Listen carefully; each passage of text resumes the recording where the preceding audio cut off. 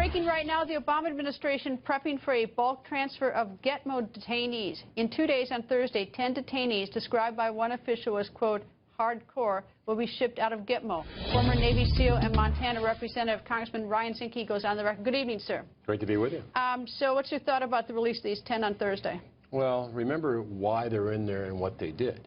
We know that 30% of the detainees that have been released go right to back to the battlefield. Now you're down to the bottom of the barrel, and these guys are bad. They're murderers that harbor an evil ideology. They should not only be not released, they should probably be tried and executed. They're the worst of the worst. Well, do we have the evidence to try these people? Well, I think so. Under the U.S., if they were to come to the U.S. court, the problem is how the evidence was obtained.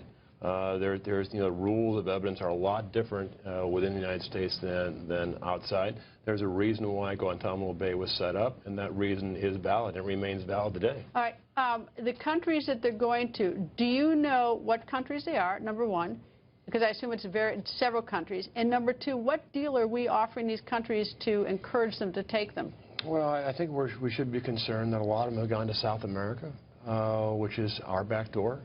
Very easy access between South America and the United States, and there's no doubt there's deals being made. Why can't we know those deals? I mean, do you, as a member of Congress, know these deals? Because the American people are just sort of sitting here watching this, and nobody tells us. Well, it's troubling, and we should know. We've asked multiple times, and the administration keeps it quiet to the last minute because they don't want Congress to know. Will we ever learn the deals? I mean, will we ever be part of this discussion? Well, the good thing is that the president, if he tries to shut it down, it's against the law. Now, we've seen that this president oftentimes doesn't follow the law. So the Congress is going to have to act. We're going to have to take him to court. We're going to have to make sure that he doesn't violate his constitutional oath and make sure to uphold the law. But Gitmo, he's on an agenda. And people ask me, is this president going to change? No, he's not going to change. He hasn't changed in 7 years. I think the anticipation should be he's going to continue to do what he's been doing the last 7 years, and Congress needs to stand and fight him at every moment.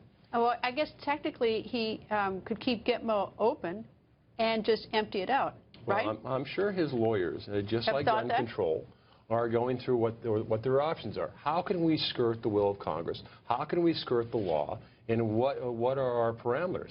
Well, here's what I don't get, though, with Congress. I mean, Congress was very upset when he made that deal for Bo Bergdahl because he didn't notify Congress ahead of time of the deal, the five Taliban for Bo Bergdahl. And now the president is releasing these 10. You as a member of Congress, everybody doesn't know what the deal is. The American people don't know what the deal is. Nobody's telling us where they go. I mean, who is going to get us this information, and why can't we know?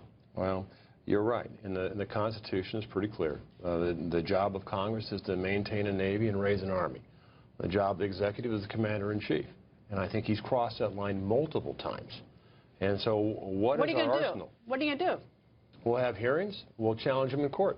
We'll take him to court when he operates the law. Remember, the Department of Justice also. Who's the number one law enforcement officer of the land? It's an appointee. Well, at this point, as we are just a short time away from his final State of the Union, I think he's running out the clock on you all. I don't think going to court's going to do much. But anyway, Congressman, thank you very much for joining us, sir. Delighted, as always.